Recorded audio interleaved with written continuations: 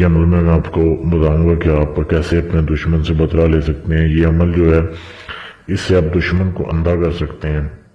یہ ایسا عمل ہے تو لیکن اس کو تبھی آپ نے استعمال کرنا ہے جب آپ دشمن سے بہت زیادہ بیزار ہو گئے ہوں، آخری کوئی حل نہ بچا ہو، تب آپ اس عمل کو کر سکتے ہیں، ورنہ آپ اس عمل کو کریں گے تو آپ کو الٹا نقصان ہوگا۔ کسی کو تنگ کرنے کی غرض سے نہیں کرنا۔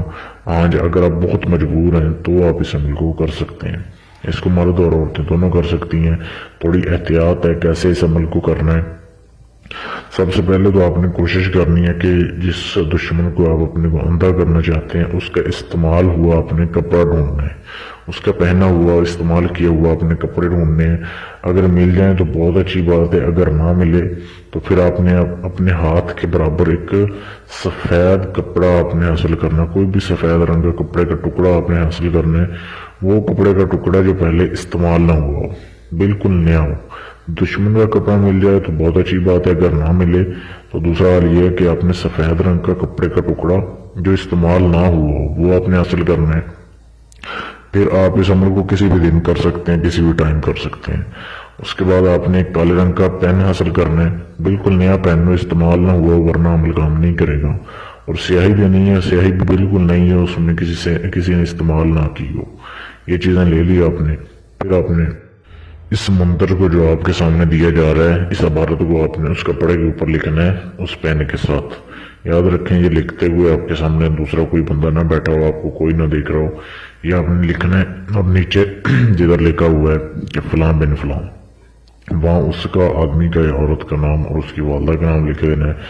اور لکھنے کے بعد آپ نے دن کے وقت دوپہر کو کسی بھی ٹائم پھر آپ نے قبرستان جانا ہے، مسلمانوں کے قبرستان آپ نے جانا ہے۔ وہاں پہ آپ نے کسی بھی قبر کی آپ نے پاؤں والی سائڈ پہ اس نقش کو، یہ جو کپڑے کے اوپر آپ نے یہ جو نقش بنایا ہے، یہ تعویذ لکھا ہے، یہ اپنے اس کے پاؤں میں قبر کے پاؤں والی سائڈ پہ دفنا کے آ جانا ہے۔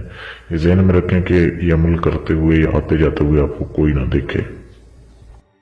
تو 3 دن کے اندر دشمن جو ہے وہ اندھا ہو جائے گا، گارنٹی کے ساتھ یہ عمل کام کرتا ہے۔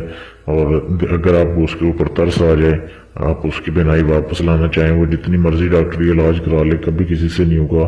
کوئی پاورفل عمل بندہ اس کو صحیح کر سکتا ہے ورنہ نہیں صحیح ہوگا۔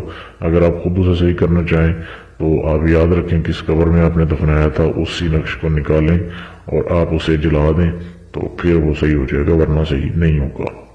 تو اس عمل کو کرنے کی اجازت لیں مجھ سے، یا اگر آپ اپنا کوئی بھی جائز ناجائز کام مجھ سے کروانا چاہتے ہیں تو آپ مجھ سے بھی کروا سکتے ہیں۔ مجھ سے رابطہ کرنے کے لیے میرے فیس بک کے پیج پر میسج کر دیں۔ فیس بک پیج کا لنک اسی ویڈیو کے نیچے ڈسکرپشن میں موجود ہے، وہاں پہ آپ مجھے میسج کر سکتے ہیں۔